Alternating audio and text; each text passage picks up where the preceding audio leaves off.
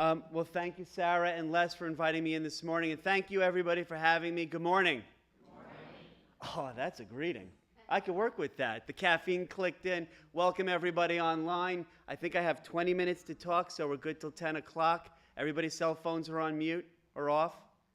I have everybody's attention. Rock and roll. Get going, Ethan. Hurry up. Why?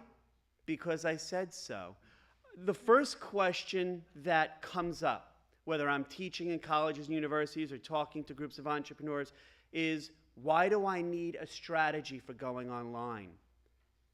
The better question served is what happens if you don't have one? Which means your brand will develop organically without any strategic approach. You may wake up one morning, this may happen to you, and become the father, nay grandfather of virtual incubation. All over the world, you're known for that. How did it happen? It happens. So the first question that I pose to every entrepreneur and startup I coach is, what is your strategy for going online? And 99 times out of 100, I get the look that my dog gave me every time I talk to her, which is kind of like this. You don't have one. Well, guess what? You need one. Because you have two worlds as a business owner. Online, offline. Online, offline. Online, offline. And to the extent that they are strategically synergistic, you'll get maximum benefit of this globally ubiquitous technology called the internet. We good? We still good? Everybody's with me? Want to make sure the sugar rush from the caffeine, Whoa. Who are you? No, it's not an esoteric question. Who are you?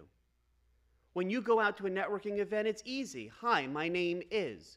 Or you're talking to a client or prospect over the phone. Hi, I'm Ethan. I do the following. But who are you really? There's a notion of be yourself when you're online, in the same way you've all communicated with Sarah many times. Who are you online is equally important as who you are offline. You have to be who you are. And what I mean by that is when you're building out and developing a social media strategy, your website, your blog, your e-communications, it's the tonality of what you stand for as a business owner. As an entrepreneur, it's pretty easy to remember because you just wrote your business plan. What's your vision and your mission statement? Don't write it down and forget it. Live it. Live it because when people meet you online and then they meet you offline, their immediate response is instantaneous in terms of gauging if who they perceived you to be online, the father of global virtual incubation, is who you are when they meet you. So I'm going to throw this out as a rhetorical. Have every one of you who run a business, have you vetted your online brand relative to who you are in person? Because you want to be authentic.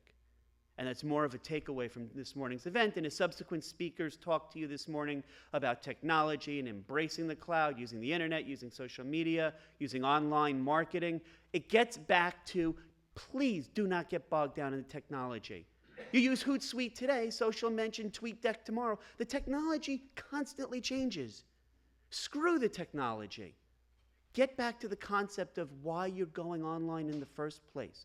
You want to build a compelling brand globally to be known for what you stand for. And that's the power of the internet and social media, quite frankly.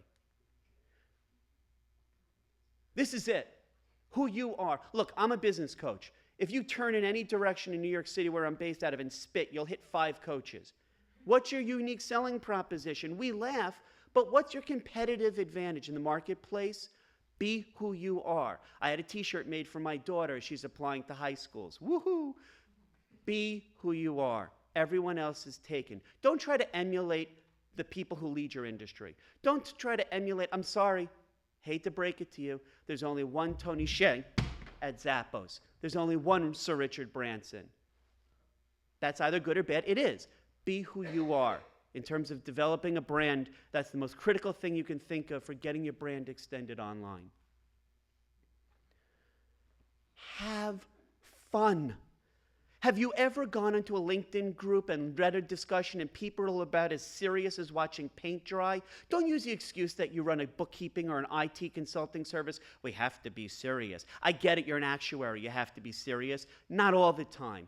People want to engage with human beings. Newsflash, What's the definition of social media? It's building and maintaining and cultivating relationships online that you further extend offline. Are you guys having fun with social media? How can I have fun? It takes up 30 hours a day. Well, that's a time management issue aside, but have fun with it. The beauty of marketing in the era of the internet, ever since the mid-90s, marketing used to be paralysis of analysis, researching campaigns, researching return on your investment. We're in the ADD society. Today's marketing paradigm is ready, fire, aim. So to that extent, you have to ask yourself, how am I having fun with this and engaging? The bottom line is you're not if you're not engaging. One of the worst things, and maybe other speakers will tell you this morning, is to go on and post a status update or send out a tweet and walk away. That's called broadcast advertising. That's television and radio. We're in the 21st century. It's all about engagement and speaking to people. How engaging are you? What's your clout score? What is your online reputational brand? How are you having conversations with your ideal customers, your largest customers, your suppliers, vendors, key members of the media? By the way, if you can't answer me strategically what your strategy is, you don't have an online strategy. So have fun. In the end, we're all worm food. It's the journey. So engage people, please. Realize that even though you're talking through your tablet or your PC or your laptop, you're having conversations online. That's what this is all about today. Okay, the reality is social media is online relationships. It's not separate from or divorced from your offline or in-person relationships. It's an extension from a technology standpoint of furthering the relationships you've already garnered. You're following people who you know or trust or want to do business with or do business with. You're tweeting or retweeting or following or liking. To the extent that you can, it's having less conversations online in more meaningful way to supplement the stuff that you're doing when you're off of the computer. So this is the kind of stuff that you do. There's an opportunity in LinkedIn, for example, to join, I don't know, what's the number, 50 groups, 52 groups? I'm not saying join all 50, because then you'd get emails 300, 400, 500 a day. But how many of the groups do you belong to? The top 2, 3, 4 LinkedIn groups of your peers, your professionals, the groups of your clients. How often are you going online to have those conversations? And what's the nature of those conversations? This is called the communications plan. Really, this is a subset of your marketing plan. And it's revisited constantly by you or the person in your organization, your partner, or whoever in your firm is responsible for having these conversations. My point to you today is, who's monitoring the strategic approach you have, if at all? Because if you don't have the strategy for engaging people, it's reactive. And in the global, ubiquitous, 21st century, technology-driven business and industry we all thrive in, whole industries have imploded because of a failure to do this. Name the industry. I don't care. Printing, publishing, advertising, retail, manufacturing. All these industries and all these global organizations, Bear Stearns, Lehman Brothers, Borders, Circuit City, they're failing. They're failing because their organization, regardless of scale of size, don't engage people to the extent that the technology allows you to. Embrace the technology. Who blogs in this room? I can't see the hands. Can they go up? How many of you run your own business? It's a 1 in 3. I'm not a math major. That's why I changed from being a business major in college to communications. I hated the numbers part, but that's a 1 in 3. The answer is any person who runs a business or represents as the forward face of your business or organization, rather, whether you're a nonprofit or an agency, you should be blogging. Why? Why not? No. Because you don't have enough to do in the day. No. Oh, are you kidding, Ethan? This is 30 hours a day. No, quite honestly, blogging builds subject matter expertise, and I know this for a fact because periodically I'll send out to my universe of people questions to the extent of, I don't know that anybody's listening to me when I'm blogging. Should I stop? And all of a sudden, I get this deluge of hundreds of responses. Don't stop. We read what you do every week. We print it out. We hand it out to all of our employees. Well, why aren't you communicating back with me? That's another challenge for a later date. How do you truly get people to re-engage with you? But blogging is free, other than the time investment. It's a free way to get your name out there. How do you become known as the global grandfather of virtual incubation? How do you get known as the face of iCAN-Global? It's blogging. It's having a recurring series of conversations out there with your universe of people. It doesn't have to be every universe. It's your industries. It's the places that you compete in. It's the places you hang out. It's the same people who get your emails and go to your website and chat with you in LinkedIn groups and chat with you in online user forums. They're the ones who are getting a timely weekly article of between 600 to 800 words per subject matter topic that promotes you as an entrepreneur. I started in 2009 my own business, the Chazin Group. Before that, I spent 20 years in senior marketing roles getting crapped on by corporations before I decided I want to go out and extend my own brand. How do you create an online brand? Blogging is a phenomenally powerful way. And you may be thinking, I don't have the time, I don't have the message, I don't have the skills. Bull, bull, bull. With the technology, go to Google Blogger, go to WordPress. I don't care about the platform. What works today, by the time you get it, it'll be obsolete. I heard that somewhere. Don't focus on the technology. Focus on the ability that you can communicate on a regular basis with an audience of 10 people or 10 million. That's the beauty of the 21st century internet era. Can we do questions at the end, please? And please remember the question because I want to talk about it. It doesn't matter where it exists, although ideally on your website, it should be front and center, integrated within your website so that whether your platform is WordPress or whatever else, you can monitor the traffic and all the SEM, SEO experts who will tell you later on today or in your discussions afterwards in networking.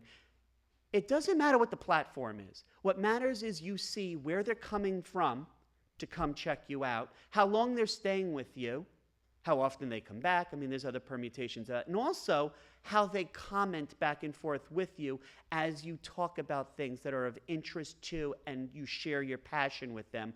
They will engage you. Blogging is an exceptional way when you're starting out to level the playing field with larger, more established organizations. Look, this is all about branding. You know, I teach in 50 colleges and universities. I've given over 3,000 talks. I've worked with 750 clients. I can give you a clinical, exceptional definition of branding. Forget about it. I'm from Jersey. I have to say it like that. Branding is one thing only. And to the extent that you're 20 or 60, it doesn't matter. If you embrace this notion of, I know Seth Godin, Uber marketer, has said we're not brands, we're individuals. No, we are to a certain extent a brand, and you manifest that online by doing something. It's establishing your brand online and offline. Oh, that's pretty cool. I like that. Hey, follically challenged. I go for what I know. I got a million of them. I'm here all day. Tip your waiters. It's a promise that anybody engages with you. Anybody who's ever communicated with Sarah in person or even less in person, the first time I met him, I said, yeah, they're reinforcing their brand, which is how I experience them through email and over the phone conversations. It's the same brand. So if you think about a clinical definition of a brand, I don't have one, I'm not that savvy, but it's a promise that you're going to be three things at all times through your social media, your website, your blogging. You're unique, you're invaluable, and you're memorable. Because if you're not, you're Payless or thrifty. You're the dollar store. You're, what do we call the cloud? It's an obnoxious term, a commodity. That's a bad word, by the way. He left, or I would have given him grief for that.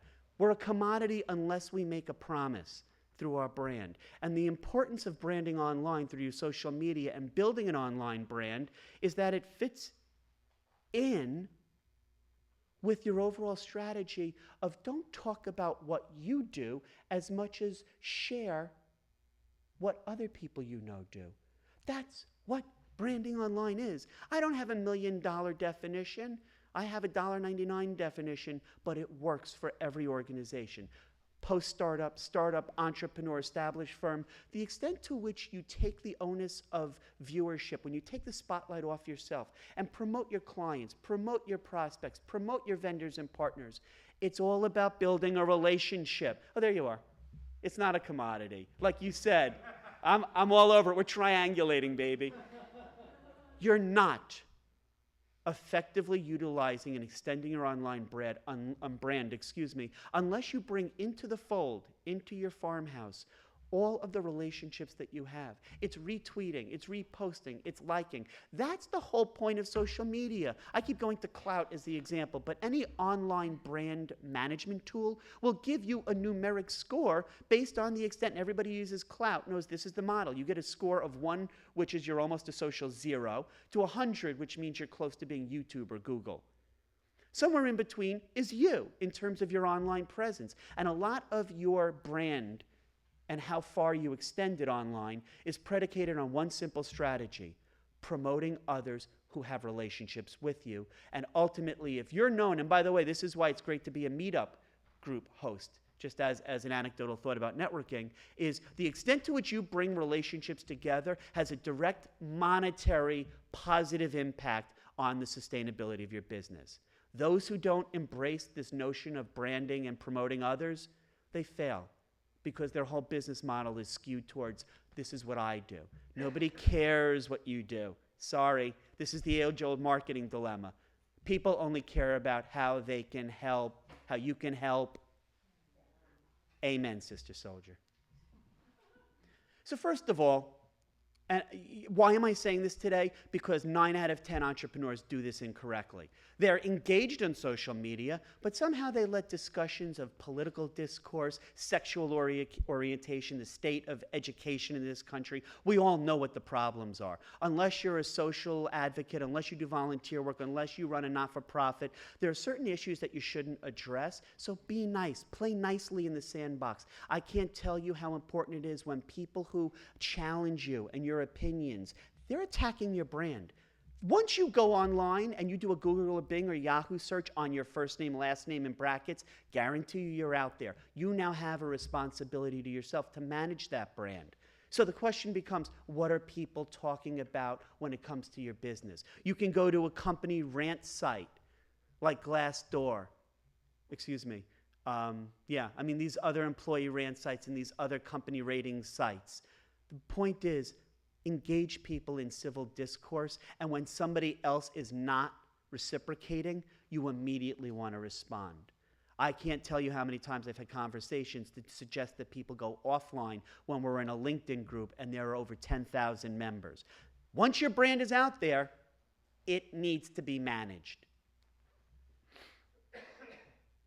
There are so many different tools that are available. The biggest advice I can give for my client, respective of the technology, is to say there are constantly new platforms. If, for example, you're a sales professional, or a lot of what you do is technical. I spoke to somebody who's an LED, serial entrepreneur, starting a technical firm. If what you do is heavily reliant upon presentations, you want to use a platform like SlideShare and promote it through your other social media, ideally Twitter, LinkedIn, Facebook, Pinterest. Okay, so in terms of this, video is king. Other than Google, many of you probably know this, the most popular search engine is YouTube. It's ubiquitous. You need to have a YouTube channel, and you need to have video embedded in your not-for-profit, your government agency, your for-profit business. It's critical. You can literally have a section of your website dedicated to videos of your people. Doesn't matter. In your marketing plan, you know the top 2 to 3 industries you ideally serve. I spoke to a firm that provides senior level executives before the presentation. They were saying they're industry agnostic. They serve everyone. I would argue to a certain extent, while you may serve everyone in your product and service suite of offering, you need to drill down into granular detail. Who are the top 2, 3, 4 industries? And go online. If they're engineers and architects, they're at thomasnet.com in the online user forums talking about CAD/CAM drawings, or chemical engineering or nuclear engineering. The point is, I don't know your business yet, all of you one-on-one, but if you have a specific industry you're targeting, or several, you need to be conversing with them beyond Facebook, Twitter, LinkedIn. So what are you supplementing for your conversations? Monitoring your brand. I don't care what the tools are. You should have a strategy in place on a weekly basis. You should have your URL for your website in Google Analytics. Every page of your website has the code that Google provides you embedded on your site. You should be running Google Analytics. If you have a platform like WordPress, you have a dashboard, administrative area. You need to know how engaged you are with the right people. I mean, there are tools that are all over there. They're Visify, About.me. It doesn't matter what the tool is. Keep testing. The way you test is ready, fire, aim. Get your social media out there. Get your branding online. Have engagements. And where people are responding, whether it's Pinterest, Instagram, whatever the vehicle, keep that up. Wherever it's like the sound of crickets, you put your relationship online through a social media tool and you're getting no feedback. Either you haven't promoted that, or that's a dead-end communication channel. Cease and desist, move on. But test, try, constantly test your online branding. Every month, I want to see if I were coaching you, twice a month, the 1st of the month, 30th of the month, or whatever the end of the month is, Google, Yahoo, Bing. Search on your business name. It's amazing how you can use that as a down and dirty tactic to manage your brand.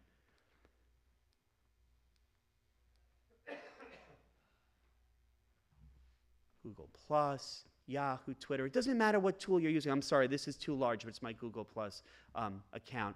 It doesn't matter what tools you are doing, as long as you vetted that while you're testing them, that's where you're having the strongest relationships and you're having the ability to engage people. If you get it out there, it doesn't work, modify, test, try, offer sweepstakes, raffles, pose questions, do a survey. But if something's not working, move on to the next strategy.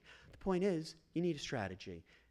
Your internet online branding sits within your overall marketing plan. I would challenge each of you when I look at your business plan to check out your marketing section. If you haven't allocated resource to this, and most of the times people haven't, the only other way to expect this to happen is organically and reactive. And we all know what happens to those kind of firms that are run that way. There may be things that you want to do, like starting a meetup group. In my little town, in my hamlet of Hoboken, New Jersey, right across the river from New York City, for 15 years I kept crying out that there was nobody to facilitate business networking initiatives. Well, you know what? I kept looking to my left to say who's doing it. Nobody. Look to my right. Nobody. So I figured I would start a meetup group. I did in May. Out of nowhere, it's 165 members who are only business owners. And I can facilitate the introduction. You may want to think about that as a possible strategy for building your own social and professional network. So in summary then, as I wrap up this morning and turn over the microphone for question and answer, is you need to have a formal strategy in place. It's absolutely critical. Most people don't. You've got to have it. There's no paralysis of analysis. Try it. If it doesn't work, move on to the next one. Engage others. That's the whole point of social media, right? Is having these kinds of conversations and relationships. And let me emphasize the word conversation. I have clients who say, oh, Ethan, you said 15 to 30 minutes a day on social media. They go online, they post their 5 Facebook status updates, they walk away from that, they go to Hootsuite, they post it once and all that, and they walk away. That's called email. That's not how you want to engage. And the last part of it for the rest of today, and as you figure out this thing called social media, applicable to your business, have fun. Give it a shot. See what works, what doesn't. At the end, it's all about relationships. So